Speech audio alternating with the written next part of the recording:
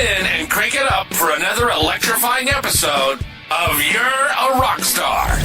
This isn't just any podcast. It's the ultimate jam session where leadership meets a solid backbeat and business acumen meets bass lines. Your host, David Stu Green. Yep, the same Stu who's thumping bass guitar solos after shredding corporate strategies in healthcare and hospitality for years. Today, hang tight as Stu dives into the world of those rare breeds. Leaders who not only command the boardroom, but also command the stage. We're talking CEOs with Stratocasters, managers with mics, and execs who can execute a power chord as smoothly as a business plan. Get ready to be inspired, rock out, and maybe even laugh as we spin tales of leadership and riff on the music that moves us. Let's rock this joint. All right. What is up, rock stars? Welcome back to Yer A Rockstar Podcast, where leadership meets the guitar licks, accountability meets the amplifiers, and kindness is still the new cool. I'm your host, David Stu Green, and today's guest is someone who proves that great leadership, just like great music, is all about timing, rhythm, and knowing when not to overplay. This guy manages a huge number of leaders with nearly 200 team members and has been in leadership for nearly 20 years and has been playing drums for 30 years. So yes, if leadership had a tempo, this man would be the metronome. Let's welcome William, or Bill Dilla, as we sometimes refer to him as. He is the account director at UG2. William, welcome to the show. Yeah, thanks so much, David. It's really great to be here. Great. I really love the backdrop you've got there. Those are some cool looking drums. Yeah, those are actually my drums. So Nice. Well, we'll get into the music side here in just a little bit. All right, let's jump in. You've been in leadership for nearly 20 years, managing teams across higher education and commercial buildings. Tell me what a typical day looks like in leading organizations like that. well, David, it's a little bit of coaching, a lot of problem solving, and really making sure things don't fall apart before lunch, which, is my most important meeting of the day. I hear you there. Yeah. You describe leadership styles as being clear, accountable, and people first. What does that mean to you when you say that? Yeah, it really means setting the expectation, staying present in the moment, and investing in people. When things get messy, I tend to lean on something I learned earlier in my career called the three Gs. Go see, get the facts, grasp the situation. Because a lot of times when things get hectic, people jump to conclusions and there's a lot of stuff there missing to really get into it. So the three Gs is typically what I go to. Yeah, I like that. I'm gonna have to use that myself, especially get the facts, because most of the time the facts are not always there. I always say sometimes I think the truth is somewhere in the middle, when you start hearing everybody's stories and everything. Um, all right, well, you also said something prior to the show to me that I thought was powerful. It says you can't be successful on my own. That's a lesson that a lot of leaders learn the hard way. Yeah, absolutely. When I stopped trying to do everything on my own and really focus on developing other people, that's when things changed. And what I realized when developing other people is most people struggle to solve problems long term. Usually they're good at, being reactive, putting out the fire, not really being proactive. So really investing in people with teaching them how to solve problems. I tend to like to get a group of people in the room to sit down and kind of use those three Gs, right? Get the facts and really figure out how we can put good countermeasures in place to solve any problem for the customer. Oh, that's good stuff. Now, I know you've got a few leadership mantras, but the one that really stuck out to me was it's not enough to be good. You have to be seen being good. Explain that one, Bill. Yeah. I have a lot of taglines or quick one-liners that I've picked up over the years. That one in particular, I learned really early in my career. I had a manager named Dan in my Airmark days, and he would say that line, and it stuck with me. And it really, like, people don't get promoted by doing the work, right? They get promoted by promoting the work that they do. So at the end of the day, we're really salespeople. So it's really marketing your achievements. Yeah, makes sense. Now, you also mentioned that you're really influenced a lot by, Jim Rohn and Mr. Rogers, Beautiful Day in the Neighborhood.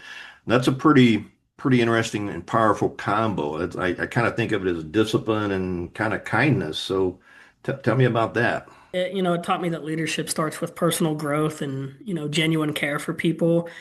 You can hold people accountable by lifting them up, right? When things get messy or things hit the fan, they need to know that, you're not pointing fingers. At the end of the day, we're on the same team and we're in this together. Yeah. Well, I mean, that ties in so well with, our leadership model that we teach. And again, it's all about kindness and accountability and purpose, and kindness, it's not being soft. It's actually, I kind of call it, when you lead with kindness successfully, I kind of call it a super strength, like a superhero type strength. So, because it's not that easy, but it's definitely the way to go. Now, we've talked a little bit about leadership and gave some good advice for our listeners. I know you've been playing drums for like 30 years. You're on the worship music team at church. You've done all sorts of things, and I know some of your music influences are Pink Floyd, Rush. That's two of my favorites. Um, and Elton John. And then another one is Dave Matthews Band. Now, you told me in our prep for this podcast that you've seen Dave Matthews 57 times. Now, come on, Bill. That's impressive, but come on, that's a little concerning too. 57 times. Tell me about that. Yeah, is there like a music anonymous, similar to like Alcoholics Anonymous? So, big fan of Dave Matthews Band. I've seen him 57 times in, New Orleans, Virginia, New York, Philadelphia, you name it.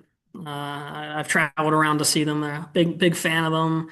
One of my big first musical influences with their drummer Carter Beauford, just an incredible player. And in my early days of drumming, I tried to mimic his playing very much so. But as far as music, I've been to well over 300 concerts. There isn't an artist that I probably don't like. Anytime a live act comes around or I'm in an area and somebody's performing, I try to get after it and see the show if I can. Cool. Now, is there going to be a 58 show for Dave Matthews?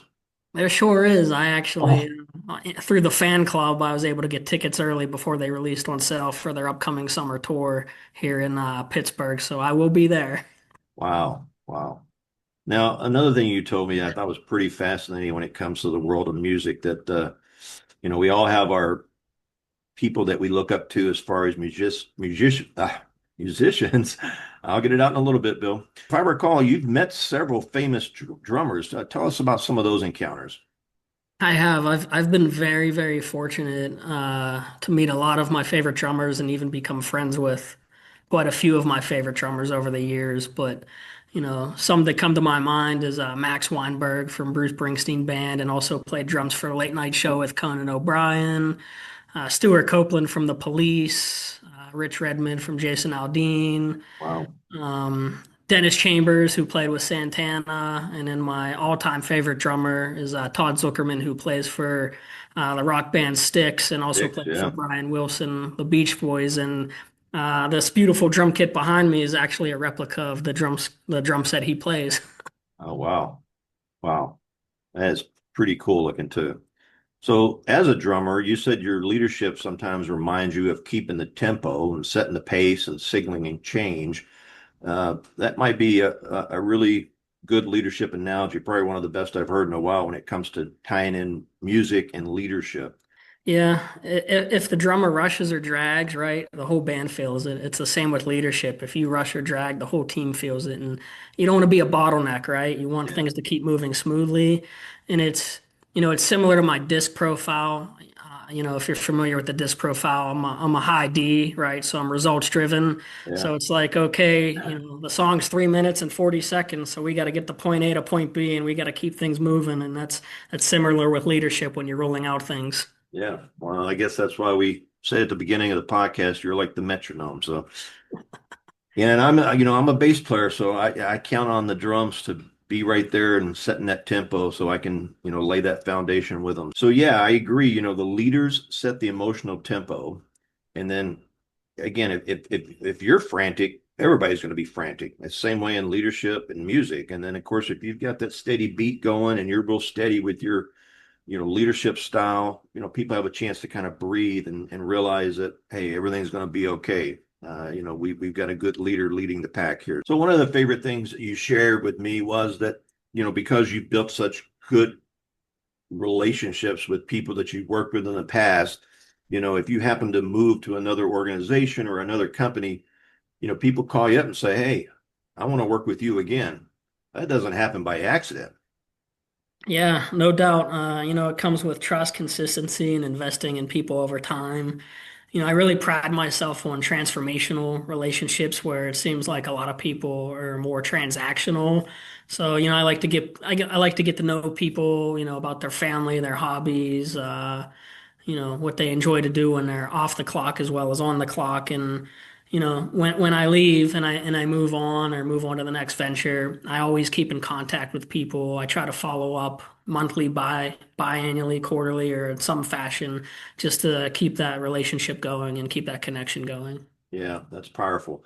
You know, we often talk about the emotional bank account, and that's just a clear example of making some great deposits in that emotional bank account. Now, we talked a little bit about your leadership style. We've talked about your music, and then let's just say from a leadership journey standpoint, if leadership had a soundtrack, what would that be? That's an easy one. Be Don't Stop Believing, Journey, big rock band, which, by the way, Steve Smith, one of my drum idols, I've had the opportunity to meet him as well. Wow. And I was talking about leadership journey, and here we pick a song by you pick a song by Journey. That's pretty cool. Well, tell me why that song. What makes "Don't Stop Believing" something that you feel is like the soundtrack of leadership?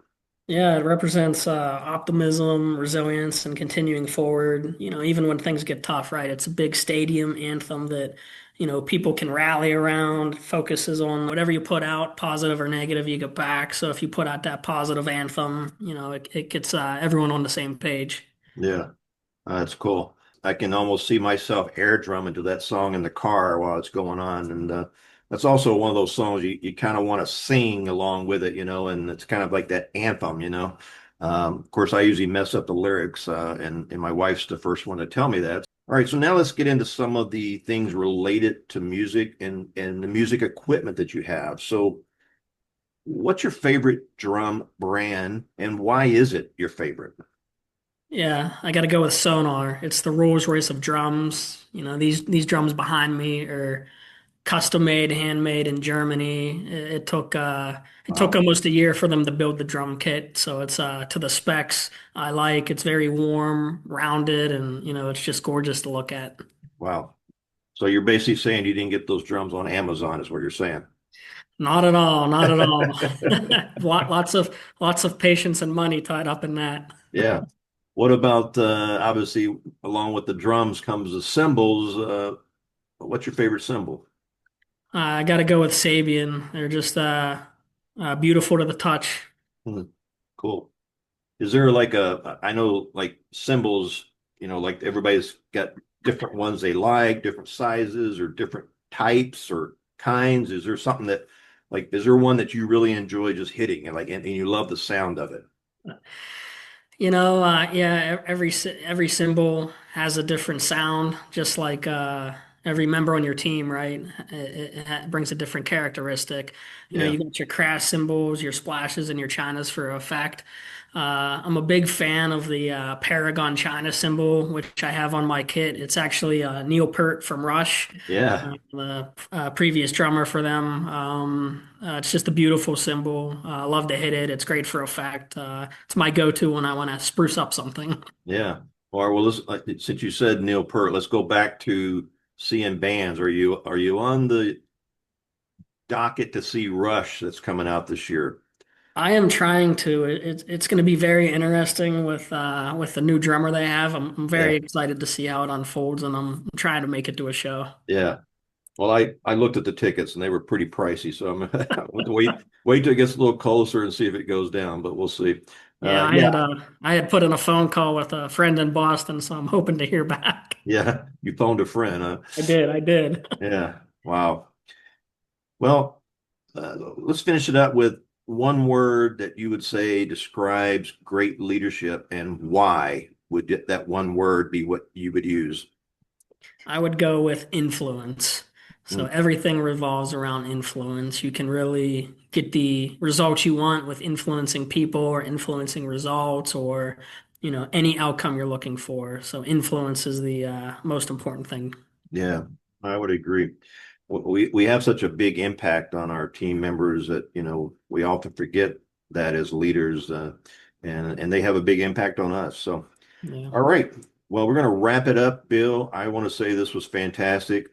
You're proof that a great leader just doesn't manage people. They set the rhythm, they build the trust, and they help each other shine like those beautiful cymbals and drums that you have behind you.